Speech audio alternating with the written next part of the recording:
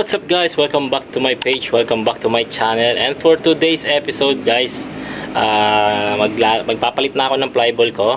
So susubukan ko tong D-type roller ng Click at ang brand is Quantum.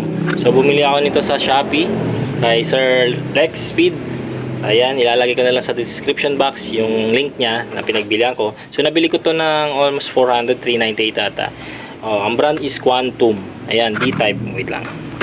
So first time kong gagamit ng ganitong type ng flyball, D-type. Kahit sa mga Mio na ginagawa ko before is hindi ko pa na-try to. So ito yung sabi nilang Dr. Pulley set na flyball, Dr. Pulley. Pero ano lang to, copycat lang.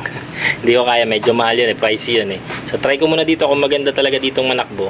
Pwede ko naman itong palitan ng Dr. Pulley na flyball na D-type. So yun nga, subukan natin to guys. Samahan nyo ako hanggang matapos na itong video. At magpapalit din ako pala ng bell na yung nga pala na DIY ko. Ako na pong nag-lighten ng bell ko at naka-groove. So papalitin po tayo noon. Lilinis na rin po ako ng panggilid.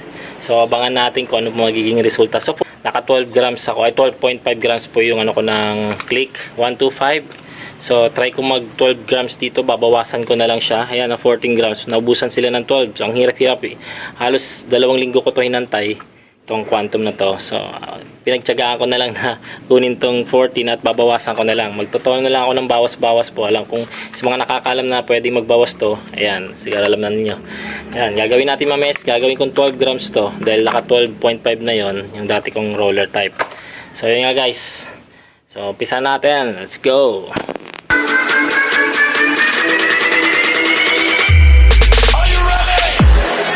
Ito nga guys yung Quantum. So ito yung bola. Halos walang pinagkaiba sa Dr. Pulley.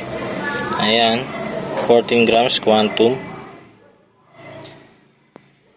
Ayan, try natin. So babawasan ko muna to. Anong ba? 2015 pa itong code niya rito. So ang gagawin ko is gagawin ko siyang 12 grams. Gagawin kasi 12 grams po ito yung aking Click 125. Try natin kung magandang takbo. Kung maganda, palit tayo ng mas magandang bola. So kung matibay naman to, stay tayo dito for good. So go. Gagawin natin siyang 12 grams. 14 grams to, gagawin natin 12 grams.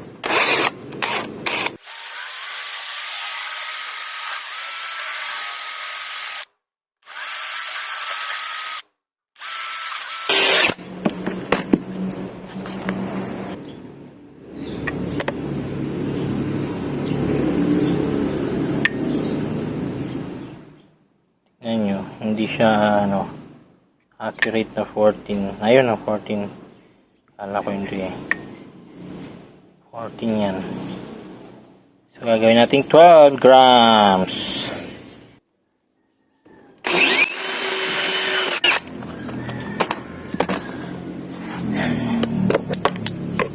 Ayan, tingnan natin.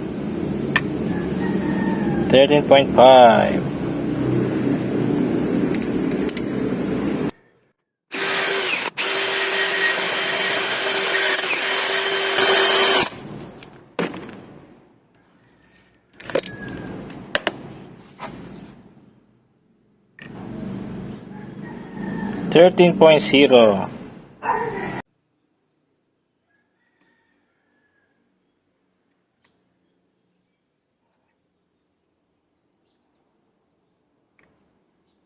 Ayan guys, 12.0. Nakuha ko ng 12.0. So ito yung stock 14. Ito yung nabawasan ko 12. So pwede kayong gumawa. Mayroon din akong 13. Ayan, pwede kayong gumawa ng bola nyo guys. Ganyan lang ginagawa ko. Kung gusto nyo pang ibang tonohan na 12.5, 12.8 o 13.5, 13.2, ganun. Ihahanap nyo yung timbang nyo sa bola, pwede nyo gawin to. Matagal lang ginagawa to sa mga drag race, ganun. Old school. So yan, makakagawa kayo ng flyball ninyo. Yan guys. So ito nga guys, tapos ko na lahat, nabawasan 12 grams. So ito nga po guys yung 72 grams sa 6 na bola.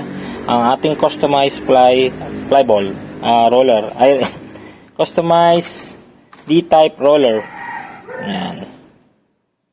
Gusto nyo gumawa na sarili nyo timbang, ganyan na pong gagawin nyo. So, subukan na natin at kung ano ang performance. Let's go!